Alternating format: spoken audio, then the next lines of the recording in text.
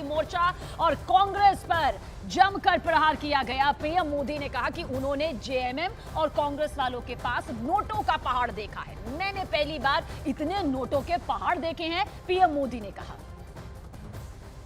JMM और कांग्रेस झारखंड को हर तरह से लूट रहे हैं। आप देखिए, यहां इतने खूबसूरत पहाड़ हैं, लेकिन झारखंड की चर्चा ये खूबसूरत पहाड़ों से नहीं हो रही है। झारखंड की चर्चा नोटों के पहाड़ के लिए हो रही है। कहीं नोटों का पहाड़ 19 करोड़, कहीं नोटों का पहाड़ 35 करोड़, कहीं नोटों का पहाड़ 300 करोड़।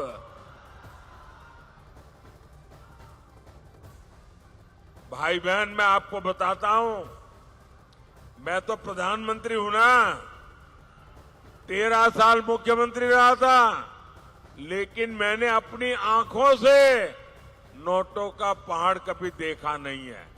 पहली बार टीवी पे देखा। ये कितने बड़े मगरमच्छ है, आप देखिए। जेएमएम कांग्रेस वालों के यहां नोटों के पहाड़ पकड़े जा रहे हैं। ये पैसा कहां से आ रहा है?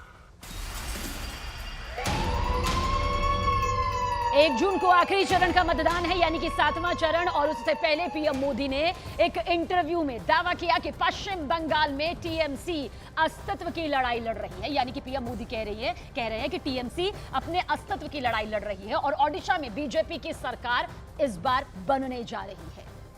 बंगाल के चुनाव में टीएमसी पार्टी अस्तित्व की लड़ाई लड़ रही है। आपने देखा होगा पिछले असेंबली के चुनाव में हम 3 थे, 3 में से बंगाल की जनता ने हमें 80 पर पहुंचा दिया। हमें लोकसभा के अंदर भारी बहुमत पिछले चुनाव में मिला था। इस बार पूरे हिंदुस्तान में द बेस्ट परफॉर्मिंग स्टेट कोई होगा तो पश्चिम बंगाल होने वाला है। उड़ीसा के लोगों का उनका हक मिलना चाहिए, उड़ीसा को उसकी अस्मिता मिलनी चाहिए। उड़ीसा का भाग्य बदलने वाला है, सरकार बदल रही है। मैंने कहा है कि उड़ीसा की वर्तमान सरकार की एक्सपायरी डेट 4 जून है और 10 जून को बीजेपी का मुख्यमंत्री उड़ीसा में शपथ लेगा। इलेक्शन धमाका। बात करते हैं पश्चिम बंगाल की, जहां प्रधानमंत्री नरेंद्र मोदी ने बड़ा दावा कर दिया। एक इंटरव्यू में पीएम मोदी ने कई मुद्दों का खुलकर जिक्र किया, लेकिन बड़ा बयान पश्चिम बंगाल की राजनीति पर प्रधानमंत्री नरेंद्र मोदी ने दिया। उन्होंने कहा कि बंगाल में टीएमसी अस्तित्व की लड़ाई लड़ रही है।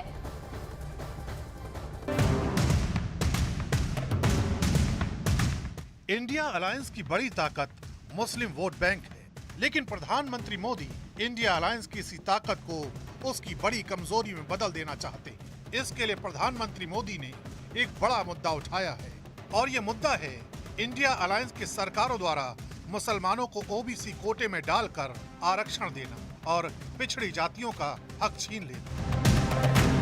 पिछले दरवाजे से खेल शुरू किया और पिछले दरवाजे से खेल शुरू करने के लिए इन लोगों ने रातों रात मुसलमान की सभी जातियों को ओबीसी बना दिया। सभी जातियों को ओबीसी बना करके जो ओबीसी का हक था वो रातों रात डाका डाल दिया, लूट लिया। और इसके खिलाफ चुनाव की सरगर्मी चल रही है। तब हम तो बोल ही रहे थे कि भाई ये हो रहा है, कर्नाटक में हुआ है, मैंने बताया था। हम बंगाल के लिए भी बोल चुके थे, लेकिन जब हाईकोर्ट का जजमेंट आ गया तब ये साफ हो गया कि इतना बड़ा धोखा हो रहा है। प्रधानमंत्री मोदी ने इसका उदाहरण देते हुए दिल्ली के जामिया मिलिया इस्लामिया विश्वविद्यालय का जिक्र किया। रातों रात एजुकेशनल इंस्टीट्यूशंस को माइनॉरिटी इंस्टीट्यूशंस बना दिया। माइनॉरिटी इंस्टीट्यूशन बना दिया तो उन्होंने आरक्षण उसमें खत्म कर दिया। अब उनके अधिकार क्षेत्र में नहीं था, वैसा एक नियम बदल दिया उन्होंने और यूनिवर्सिटी तक को माइनॉरिटी स्टेटस दे दिया। अब दिल्ली में ही जामिया मिलिया जो यूनिवर्सिटी है उसको उन्होंने माइनॉरिटी बना दिया, उसमें सारे आरक्षण खत्म हो गए, एडमिशन में भी नहीं, नौकरी में भी नहीं। और बाद में तो चीज़ें उभर करके आई कि करीब करीब 10,000 ऐसे इंस्टीट्यूशंस हैं जिसको इस प्रकार से आरक्षण के जो SC, ST, OBC का अधिकार था वो पिछले दरवाजे से उसको छीन लिया गया। प्रधानमंत्री मोदी को ओडिशा और बंगाल से रिकॉर्ड तोड़ सीटों की उम्मीद है। कई चुनावी एक्सपर्ट ये मान भी रहे हैं कि ओडिशा और बंगाल के नतीजे चौंकाने वाले होंगे। प्रधानमंत्री मोदी की माने तो TMC अब बंगाल में अपने अस्तित्व की लड़ाई लड़ रही है।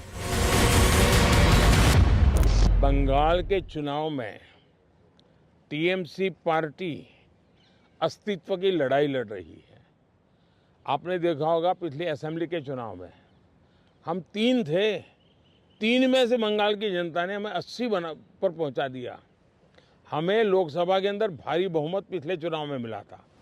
इस बार पूरे हिंदुस्तान में द बेस्ट परफॉर्मिंग स्टेट कोई होगा तो पश्चिम बंगाल होने वाला है। भारतीय जनता पार्टी को सर्वाधिक सफलता पश्चिम बंगाल में मिल रही है। प्रधानमंत्री मोदी के प्रति इस्तेमाल की गई भद्र भाषा भी एक बड़ा मुद्दा है। प्रधानमंत्री ने कहा उनके विरोधी उन्हें 101 से ज्यादा गालियां दे चुके हैं। जहाँ तक मोदी का सवाल है, मैं तो पिछले 24 साल से गालियाँ खा करके गाली प्रूफ हो गया हूँ। मौत का सौदागर किसने कहा था? गंदी नाली का कीड़ा किसने कहा था? और मेरे यहाँ तो पार्लियामेंट में एक दिन हमारे एक साथी ने हिसाब लगाया था, 101 गालियाँ गिनाई थी। तो चुनाव या चुनाव न हो, ये लोग मानते हैं कि गालियाँ देने का हक उनका ही है और वे हताश निराश इतने हो चुके हैं कि गालियाँ देना, अपशब्द बोलना ये उनके शायद जहन में है, उनके स्वभाव में हो गया है। बांग्ला नहीं रहने से आजादी नहीं होता। आज भी याद रखना, बांग्ला ही रहा है। इसी के लिए हम अगर CPM को ऊपर उखाड़ दे सकते थे तो हम BJP को भी उखाड़ देंगे। ये हमारा वादा है, ये हमारा वादा है, ये हमारा वादा है। प्रधानमंत्री मोदी का यह इंटरव्यू लोकसभा चुनाव के फाइनल राउंड का फाइनल प्लान, जिसमें सबसे बड़ा फोकस OBC वोट बैंक, मुस्लिम तुष्टीकरण की राजनीति ओडिशा और बंगाल पर है।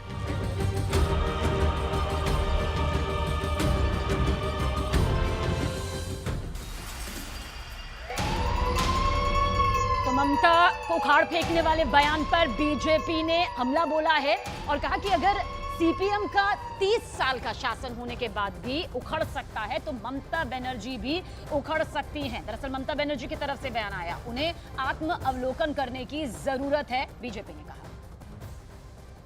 जो उन्होंने बात कही CPM को, उन्हें ये सोचना चाहिए कि अगर CPM उखड़ सकती है, जो 30 साल रह के सो कॉल्ड साइंटिफिक रिगिंग करती थी, तो वो भी उखड़ सकती है। और ममता जी को ध्यान रखना चाहिए कि वो CPM से संघर्ष कर रही थी तो भारतीय जनता पार्टी उनके साथ थी और आज वो उसके विरुद्ध हैं। और ये भी याद रखना चाहिए कि समय हम मुख्य विपक्षी दल हैं और तब कांग्रेस से उनको अलग होना पड़ा था। इसलिए ममता जी का वक्तव्य आत्मावलोकन के लिए जरूरी है।